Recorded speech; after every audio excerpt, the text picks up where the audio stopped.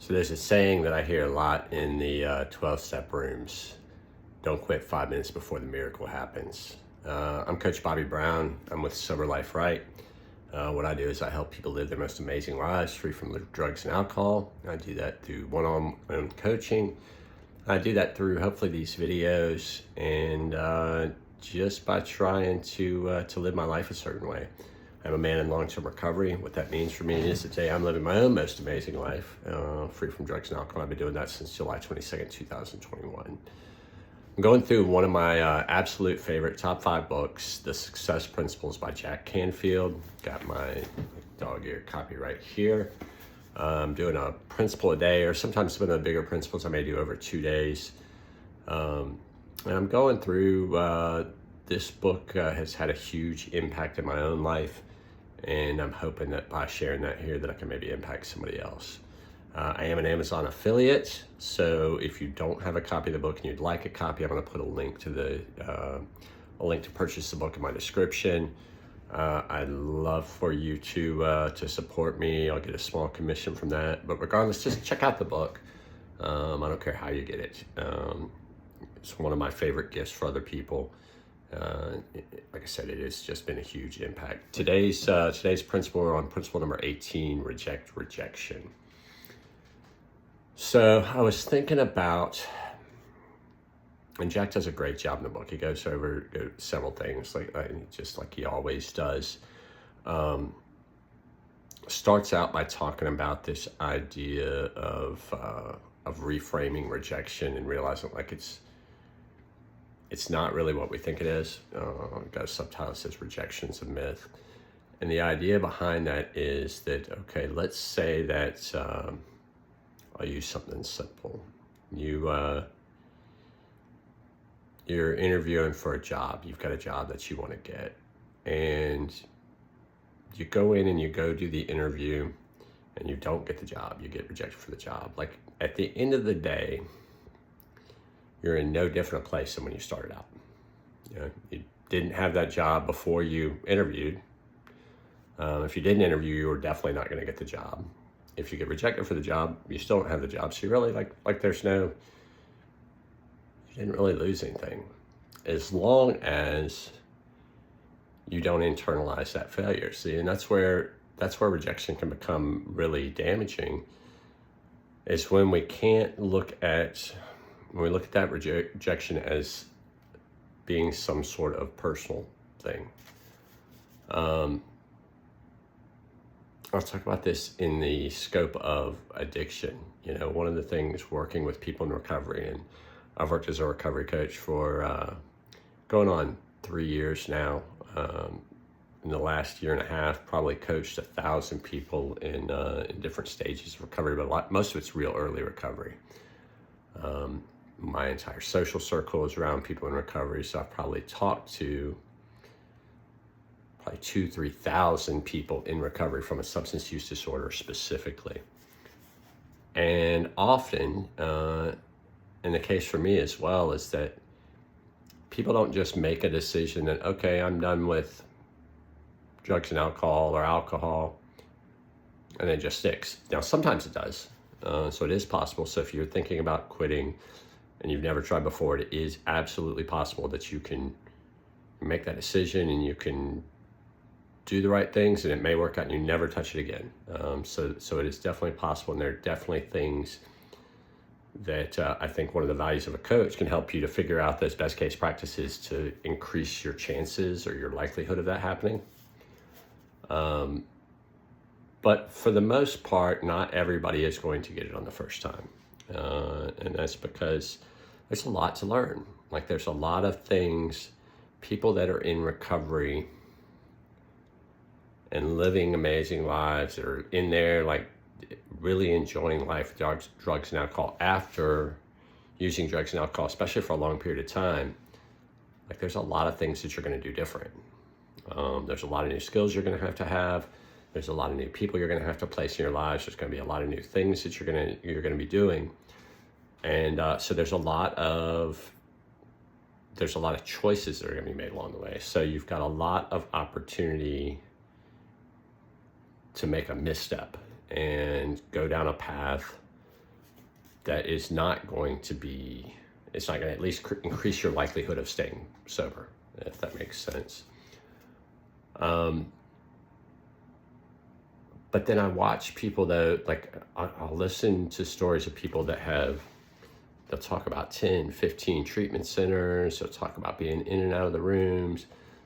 They'll talk about, the 15 to 20 years that they spent trying and failing at getting clean or sober. But then something finally clicked. They finally got that right. They got that magic formula.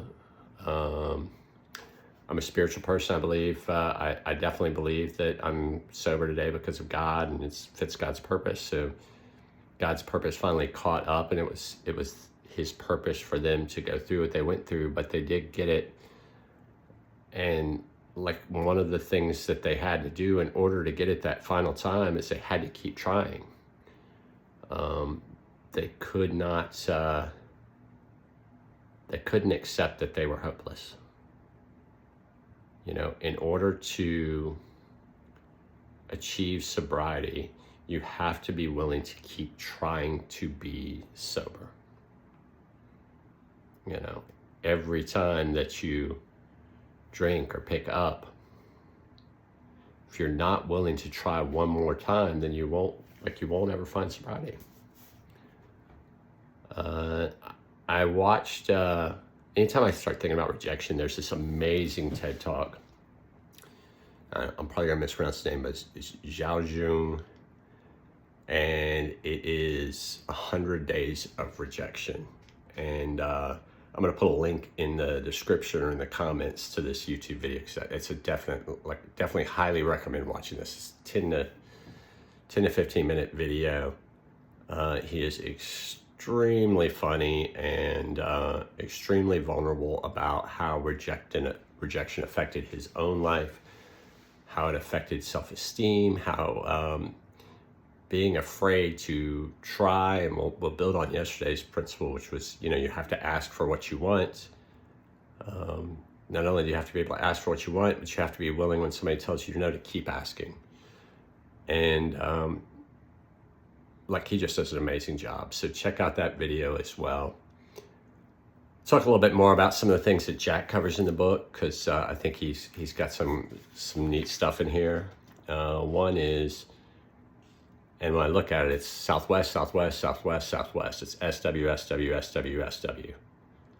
And what it stands for some will, some won't, so what, someone's waiting. And it's just this, it fits into this same kind of mindset. Like I've talked before about how other people's opinions are none of my business. That's regardless of what you're doing, somebody's not going to agree with it. Doesn't matter. Not everybody's supposed to agree with what you're doing. Well, it goes the same when you're asking for something. Not everybody is going to be willing, able to give you what it is that you need. And if you are not willing to keep asking for it, if you're not willing to explore, okay, well, if you can't accept that truth, then the first time somebody tells you no, you've got a much higher likelihood of just giving up on things that you know that you could do. What I love about coaching is being able to walk side by side with somebody and see them live up to their potential. I believe we are all capable of just amazing things, and we're all capable of happiness, and we're capable of having amazing relationships and doing meaningful work, making a difference, and of helping others. Being able to walk through with somebody and kind of show them, one, give them some hope that it can be done, but also to help them develop the plans to get there, and to get to share in their successes and watch them just really thrive. It's such an amazing feeling. I think back to my first client that I coached with as a recovery coach, Nicole. She's down in Fort Lauderdale, Florida. And when I first started this out, I just did these as scholarship. Wasn't going to charge anything. I needed to learn coaching. I needed to learn if a virtual platform would work. I needed to know if like meeting once a week was the right amount, was an hour enough time, what kind of check-ins. Like I really had no idea. I knew my own recovery. I knew I could coach people, but I wasn't sure how this would all look. And I think back to like those first couple of sessions and getting to know her and kind of getting to walk through and see like what some of her, helping her to uncover some of the things she wanted out of life, and identifying like some of the things that were holding her back, and putting simple things in place to help her like continue to develop this self-confidence and this awareness. And I talked to her today, and she's got over 3 years since she's done anything. She's involved in recovery. I'm talking about writing books. Like this girl is just she's doing amazing things that she always had the potential for. And getting to see that is just such a rewarding thing to be a part of. And that's what I absolutely love about this. I love about like being able to help others. And I hope to create opportunities for others to do that. Like there's so many amazing people that have been given this gift of sobriety after long periods of just suffering and hurting others, and like to be able to be involved in their lives and see them affecting other people's lives. That's why I'm doing this. That's what Sober Life Right is all about. So check out the book. Like there's always more in the book than I can possibly cover. There's some great stories in there.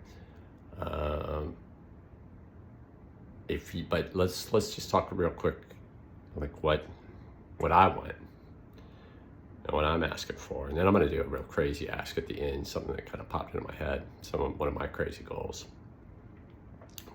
But if you've chosen a life free of drugs and alcohol, no matter how long it's been that you may have been a decision that you're day 1 and 2, but you're going to do it. Could be something you've been doing this for 30, 40 years. And you know that your life has got the potential to be much better than it is right now. And you know that there's steps you should be taking, and you've been doing it alone.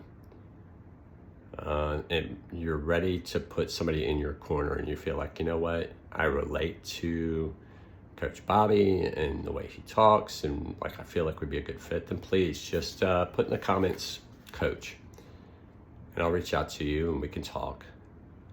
If you like these videos, please like, subscribe. I've got some big goals. I want a video with 1 million views, so that's going to mean that something's going to have to happen much more drastic than what's happened so far, but that's okay. I can only control putting out content every day.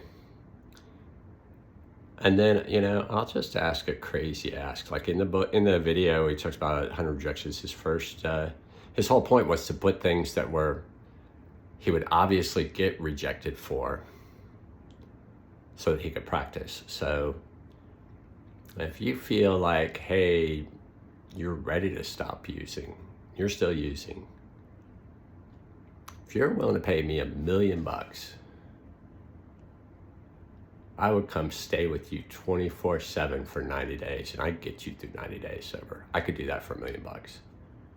And I'd probably had to use that money to hire a team, make sure, because I got to sleep, so we're gonna make sure somebody's watching you while I'm sleeping. But for $1 million, I'd put the rest of my life on hold in order to help you get that first 90 days. And I'd spend with you, and we would pour into you those 90 days.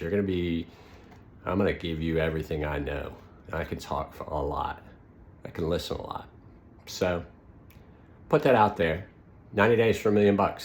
If you know somebody that's got that kind of money, you got a family member or friend that's just been struggling, you wanna try that out, yeah, I'd be down for it. Have a great day.